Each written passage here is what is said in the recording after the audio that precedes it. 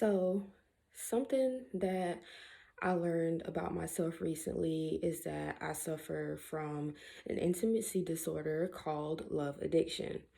And what love addiction is, as I stated, it's an intimacy based disorder or intimacy disorder that is based in the persistent obsession of a person, a relationship, or the fantasy of a person or relationship, uh, pretty much who you want them to be, um, and mistaken that intense connection or intense obsessive connection to them for love. So, ever since I can remember, when I first started dating, and I first started dating when I was young, like I was really young. I want to say 10, maybe, or 11. I've always had this very, very intense connection with people that I was dating. So a lot of the times it was very one-sided. So I would feel really strongly, I would feel intensely like, oh, this is my person. Oh, we're going to be together forever. We're going to get married. This, that, and this, that. And then it never worked out like that. I always felt a lot more strongly for my partner than my partner felt for me.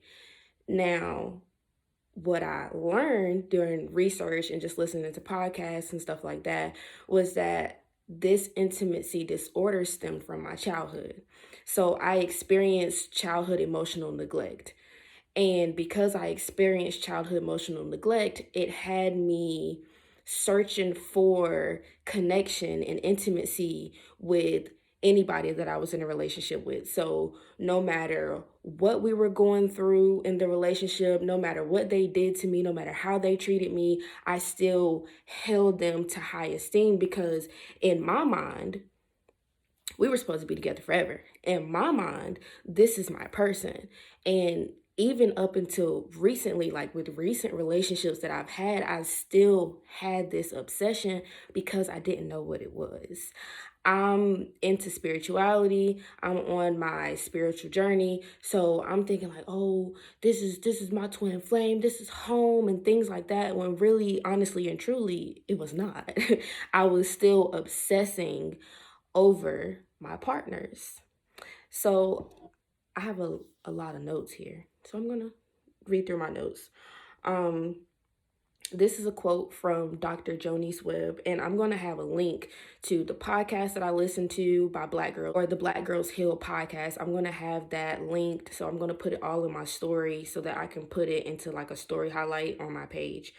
But um and I also have this article by Dr. Jonice Webb called The Myth of Unconditional Love. So this quote is taken directly from the article. It says, people who grow up without unconditional love from their parents are growing up with childhood emotional neglect. In addition to feeling alone and deprived, if a parent's love is highly conditional, the child may grow up to have depression, anxiety, or a personality disorder. Not only can they grow up having depression, anxiety, and a personality disorder, they can also grow up with intimacy disorders such as love addiction or love avoidance. And when you think about love avoidance, just think the complete opposite of what love addiction is. So instead of them obsessing over the person, they're very, very distant. And you may have been in relationships, or yeah, you may have been in relationships with people who are very love avoidant, people who have a hard time being intimate, have a hard time being vulnerable. Like it seemed like they're always shutting down and running away. It's like pulling teeth um trying to have some form of intimacy with them. Me, as a person who was love addicted, I seemed to be attracted to people who were love avoidant, which is sounds crazy, but that's just the reality of the situation. That's just the facts. I was attracted to people who were love avoidant. So I was attracted to people who had a hard time being intimate with me, had a hard time being vulnerable, who lacked emotional intelligence, who, were very affectionate. Like those are the people that I were attracted to. And even though it hurt me, even though it made me feel like my life was a living hell, I still would put my all into that relationship until I literally had nothing else to give. I would be completely depleted, completely drained, because I literally was the one giving everything, giving all of me to the relationship and really receiving the bare minimum in return. So, unconditional love and conditional love. What are the two, right? So conditional love, when I think of conditional love, I think of love that is performative.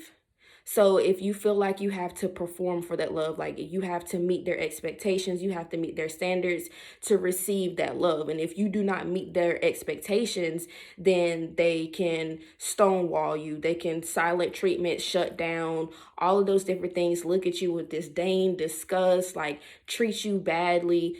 That is what I think of as conditional love.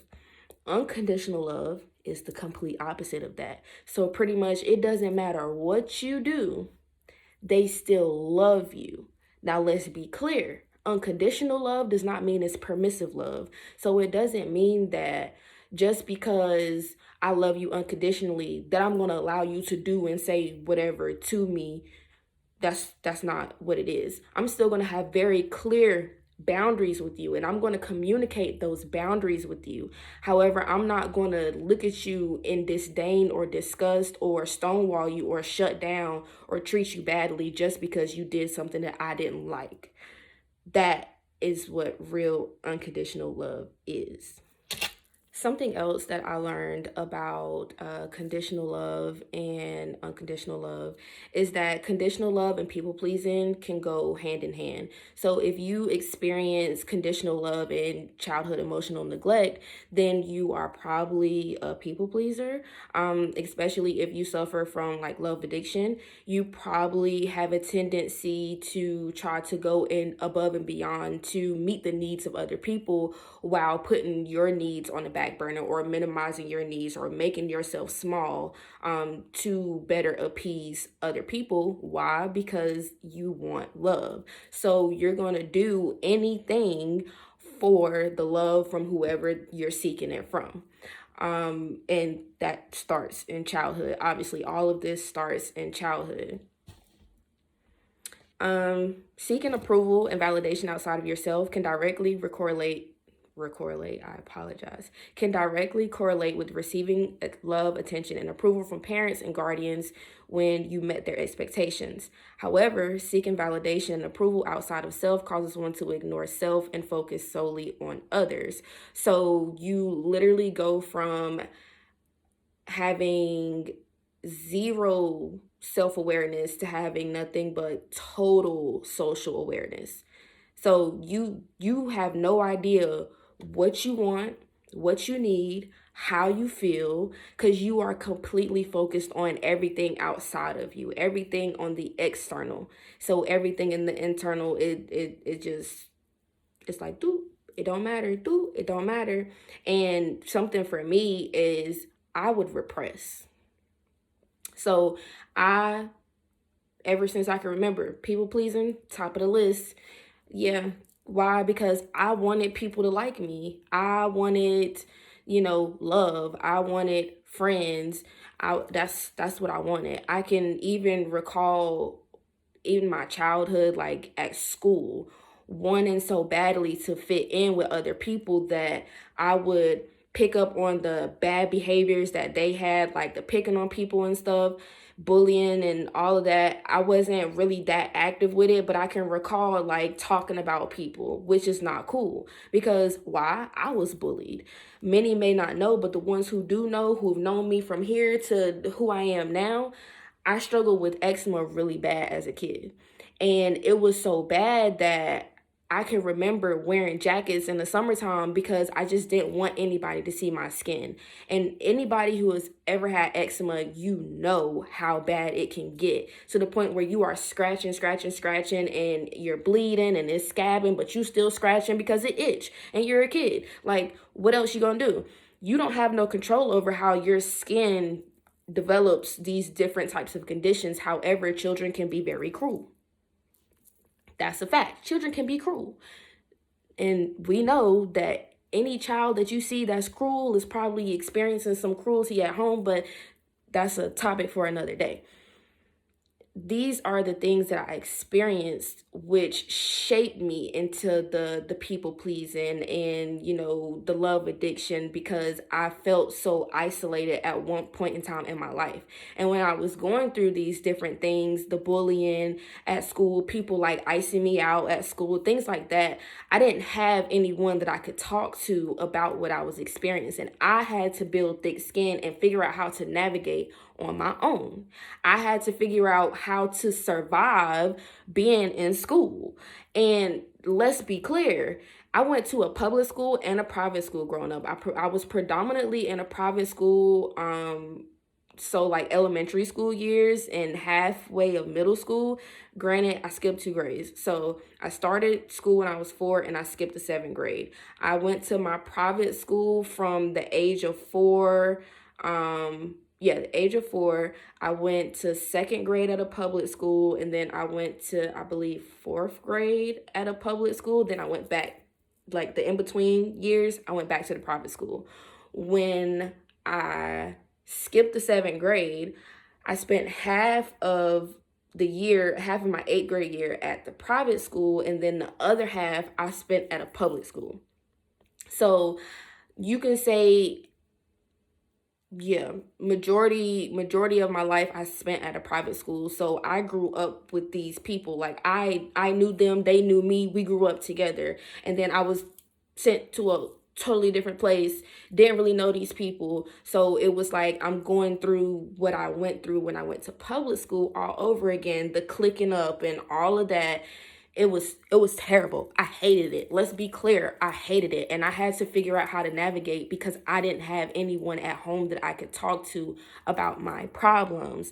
Because let's be real, a lot of the times in the Black community, you are supposed to be seen and not heard. Your problems ain't real problems. Like, you're just a kid, this, that, this, that. This is the type of stuff that we deal with every day. So I guarantee you, it is a lot of people just like me, that look like me, that have also experienced childhood emotional neglect, who are also experienced love addiction or love avoidance. It's just the reality of the fact. Depression, anxiety, personality disorders. I personally struggle with complex PTSD. So, yeah, it's a lot. It really is a lot. And let's be clear. So if you have parents that you already feel like you can't really talk to, or there is really no emotional intimacy within the household because either they're always working, or they kind of, there's certain conversations that you can't have with them because either they get really mad or whatever. If you already struggle with emotional intimacy at home, when you start experiencing adverse experiences outside of the home, so when you start experiencing bullying and emotional dysregulation, like when you start experiencing all of these things outside of the home, you're not going to want to talk to your parents because they have already proven to not be a safe space for you. They have not created that space where you can come to talk to them openly and honestly about what you're feeling. And if they are also not going out of their way to prepare you for the things that you can experience outside of the home, you kind of a sitting duck. You got to figure it out. How many of us have had to figure it out? I had to figure it out. And how I figured it out was people pleasing. I'm going to kiss your ass. Kiss ass, kiss ass, kiss ass. I'm a do whatever. Like, you know what I'm saying? I want you to be my friend. I want you to be my lover. So whatever you need, I got you. I was the true definition of a ride or die. Let's be clear. I was that. That was me. Now, I wasn't going to fight. Anybody that know me, I don't fight. That's just not my cup of tea. Fight for what? I don't be seeing a point. If you don't touch me and I don't touch you, we're not going to go from arguing and fussing to laying hands because it's just not necessary. That's just never been my thing. Also, my mama didn't teach me how to fight. I didn't have cousins teaching me how to fight. I didn't have sisters and brothers teaching me how to fight. I was the only child. I have a stepbrother and I have siblings on my dad's side, but I'm the oldest. So I didn't have anybody teaching me these things. So when I was in middle school and girls was trying to fight me and try to jump me because somebody lied on me, guess what? Guess who I call? I call my mama. Because what else I'm gonna do? I'm crying in the bathroom, boohoo crying in the bathroom, calling her because I don't know what to do. I've never had to be put into a situation like this before. And let me tell you, that was one of the most frightening experiences of my life. It was. Because think about it. You've been to private schools majority of your life. Nobody has ever taught you how to fight. No, like you've never had any physical altercations with nobody. It's just never went that far. You might be going back and forth with somebody, but as far as laying hands, it's just never been that serious. Now you going to a whole other school with whole other people and they ready to put paws on you over something that you didn't do. I cried. I'm gonna keep it real. I cried. I sure did. And I called my mama. And guess what? She called up there to the school. And guess what? I got walked to the bus because what you're not going to do is touch me. And ask me, have I been touched? Ask me. All my whole span of my life, have I been touched by anybody? No. Why? Because it's just not necessary. It's not necessary. So those different experiences in my life, my childhood, my home, right? Things that happen inside of the home, things that happen outside of the home. All of those things shape me to be a people pleaser, to repress my feelings because I felt like my feelings didn't matter. I felt like it didn't matter what I said.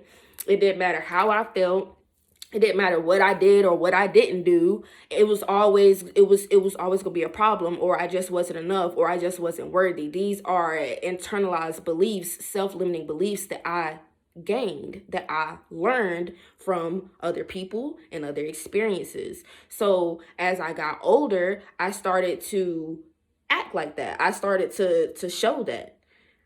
So in relationships, it didn't matter how horrible things could be going. I was sticking through it through thick and thin. Like I was there. I was the ride or die.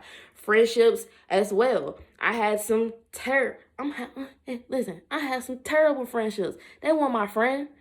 And I knew they weren't my friend. But I'm just like, well, just because they was nice to me sometimes, I felt like it was enough to keep that going, that love addiction, idealizing them in my mind, not taking things for exactly what it was in front of my face.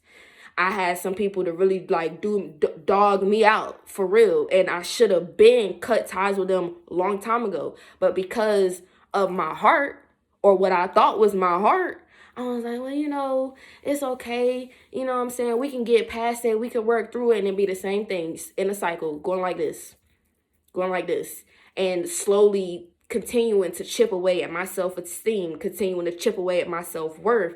Like it was really eating away at me to the point where I had to find other ways to cope. I had to find other ways to cope at an early age. Let's be clear. I started drinking at 16. Now, granted, I know a lot of people may have started drinking before then, but I didn't start drinking until I got to college. I went off to college at 16. So once I got there and once I got introduced to alcohol and the effects of alcohol, guess what? I was one of them college kids that was binge drinking. And when I say binge drinking every weekend, I was binge drinking every weekend. Like every weekend. We starting on Thursday, and then when club going up on a Tuesday. When that song came out, we started on Tuesday. We might have skipped Wednesday and we was back on Thursday, and we rested on Sunday. And we were starting all the way over again on the next weekend or the next week. That's what type time I was on at that point in time, because at that point I had repressed so much stuff that I had experienced inside the home, outside the home, family members, friends. I was repressing so much that alcohol was my best friend. Your girl was an alcoholic. Let's be clear. People probably don't think that, or people probably wouldn't know that about me, but I'm gonna keep it all the way real with you, because this is my story. This is my testimony, right? And so the more I share my experiences, the more I can help other people that look like me. So I was an alcoholic at 16. I was an alcoholic at 17. I was an alcoholic at 18. Like this is my life, because I didn't know how else to deal with the things that I was experiencing. On top of people pleasing, on top of love addiction. Like it was bad and sad out here for your girl for a minute. And I just started recently. I'm talking about last year. I just started to come out of the fog that I was in, because for a very, very long time, my mental health was trash. Let's be clear. I didn't want to be here. I did not. I did not want to be here. If it had not been for my calling and my purpose, I guarantee you I would have took myself out a long time ago because I wanted to. That's how bad I was going through it. And that's not even all my story. That's just little highlights. I haven't gone in depth with my story, but I will, because that's a part of what my page is about. It's about sharing my life experience to help other people. It's about sharing my life experience and sharing the research that I've done and the things that I have learned, so that I can help guide other people that are either in the same spot or coming out of the spot that I was just in.